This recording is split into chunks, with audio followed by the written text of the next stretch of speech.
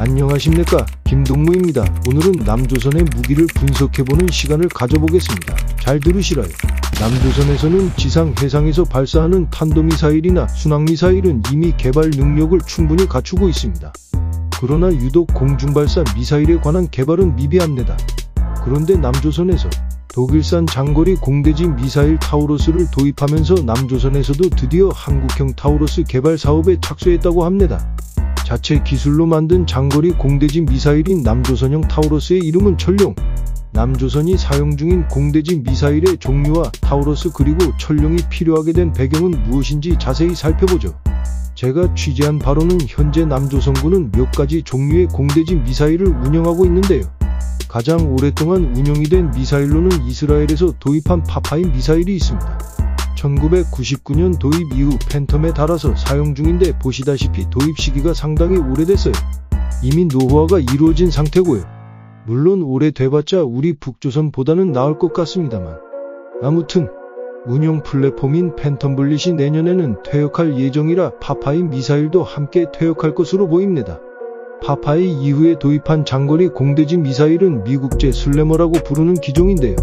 최대 300km에 달하는 사거리를 가진 수상 미사일로 F-15K에서 운용 중입니다. 2022년 11월 2일 우리 북조선의 해상 미사일 도발에 대응하기 위해 NRL 북방해역으로 2발의 대응 사격을 실시한 바 있습니다. 이 미사일은 미국에선 단종되었는데요. 문제는 남조선 공군에 필요한 장거리 공대지 미사일 수량이 슬래머만으로는 충분하지 않다는 것입니다. 그래도 우리 북조선보다는 충분할 것 같은데요. 아무튼 그 때문에 미국에서 제즘 JASSM이라는 후속 기종을 260발 추가로 구입하려 했지만 기술적인 문제 등등 여러가지 문제로 인해서 미국에서 출승인이 지연됐고요. 결국 대체품을 찾다가 독일제 타우러스 미사일을 발견했다고 합니다. 우리 김정일 위원장께서도 독일제 벤츠 차량을 정말 좋아하시는데요. 아무튼 타우러스는 사거리 약 500km로 사거리 자체도 더 길지만 이중탄두를 이용해서 최대 6m의 철근 콘크리트를 관통하는 높은 관통력을 자랑하는데요. 앞에 성형자격탄두가 터져가지고 구멍을 만들어주고 이 구멍을 통해서 뒤쪽에 주탄두가 따라 들어가서 표적 내부에 터져서 피해를 극대화하는 그런 방식입니다. 정말 무섭지 않습니까? 그동안 땅굴도 많이 파놨는데 이런 미사일이 날라오면 땅굴 판 게 소용이 없지 않습니까? 아무튼 또한 유도 방식은 GPS뿐 아니라 관성 유도인 INS, 지형대조 방식인 TLCOM을 복합적으로 이용하기 때문에 설령 GPS가 교란되어도 표적 주변까지 날아갈 수가 있고요. 최종 유도에는 열상 카메라가 이용되기 때문에 정확도 역시 매우 높은 편이라고 합니다. 저희는 망했습니다. 그런데 남조선에서 처음부터 타우러스 미사일을 도입하지 않았던 이유는 뭘까요? 이게 원래 좀 비쌌어요. 남조선은 돈 많은 줄 알았는데 남조선에서도 비싼 건 못 사나 봅니다. 아무튼 도입 예정이었던 제즘 한 발의 가격은 약 100만 달러 정도로 형성됐던 데 비해서 타우러스는 제즘의 약 3배 높은 가격을 불렀거든요. 남조선에서 공대지 유도탄의 몫으로 할당됐던 우리 북조선의 핵심 표적이 약 250개인 상황인데 도입 수량이 확 줄어들면 당연히 문제죠. 그렇기 때문에 타우러스가 아닌 제즘을 넉넉하게 도입하자 이런 분위기가 만들었던 것이죠.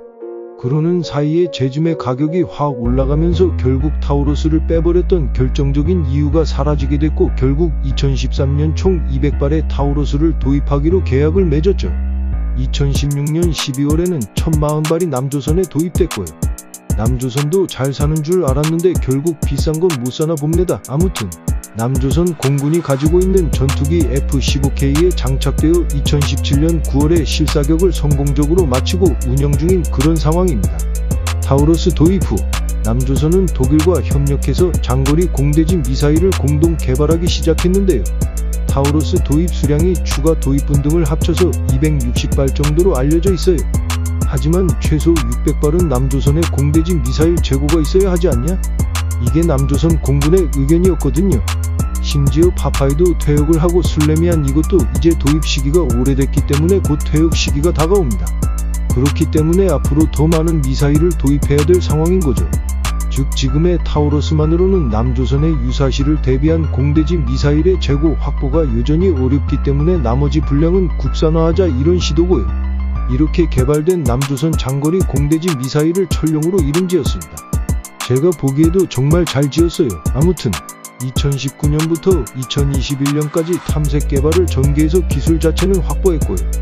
2022년부터는 체계 개발에 나서 2028년까지 일을 완료하겠다 이런 계획입니다. 체계 개발을 마친 후 2031년부터 본격적인 양산과 전력화에 나설 예정으로 이미 미사일의 외부 형상 디자인은 완료가 된 상태거든요. 타우러스 미사일과 미국의 AGM-158제 중 그 둘의 장점을 합체 융합해서 설계한 것이 특징이라고 그러고요.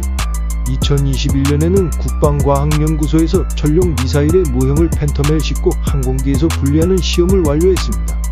비록 엔진은 없는 모형이라고 하지만 성공적으로 항공기에서 분리된 뒤 날개를 쫙 펼치고 활강만으로 표적 지점까지 날아가는 등 이미 상당한 기술력이 확보되어 있다. 이걸 세계에 입증했습니다. 정말 부럽습니다. 아무튼 완성된 철룡의 능력치 어떻게 생각하시나요? 아직은 개발 중이니 자세한 성능은 지켜봐야겠습니다만 사거리는 짧게 잡아도 500km 길게 잡으면 800km 정도를 목표로 개발되고 있는 게 아니냐 이렇게 추정되고요.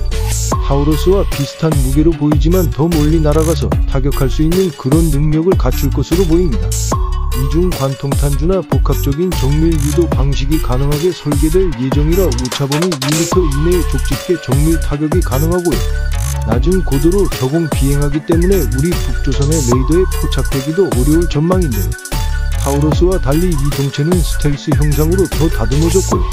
또 특수 도료까지 발라졌기 때문에 방공망에 의한 포착 및 격추 가능성은 상당히 줄었다 이렇게 보고 있습니다.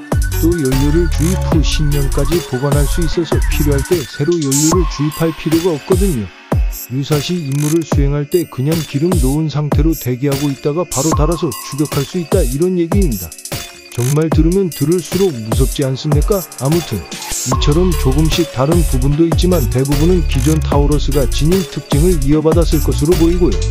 현재 탑재가 확정된 투발 플랫폼은 KF-21입니다. 즉 KF-21의 중요한 공대지 장거리 무장이 되는 동시에 KF-21의 수출 경쟁력을 높인 요소로서 남조선의 초음속 전투기인 KF-21 보람의 짝을 이루는 거죠. 앞으로 이런 남조선의 무기를 계속해서 지켜봐야 할 것입니다. 지금까지 김동무였습니다.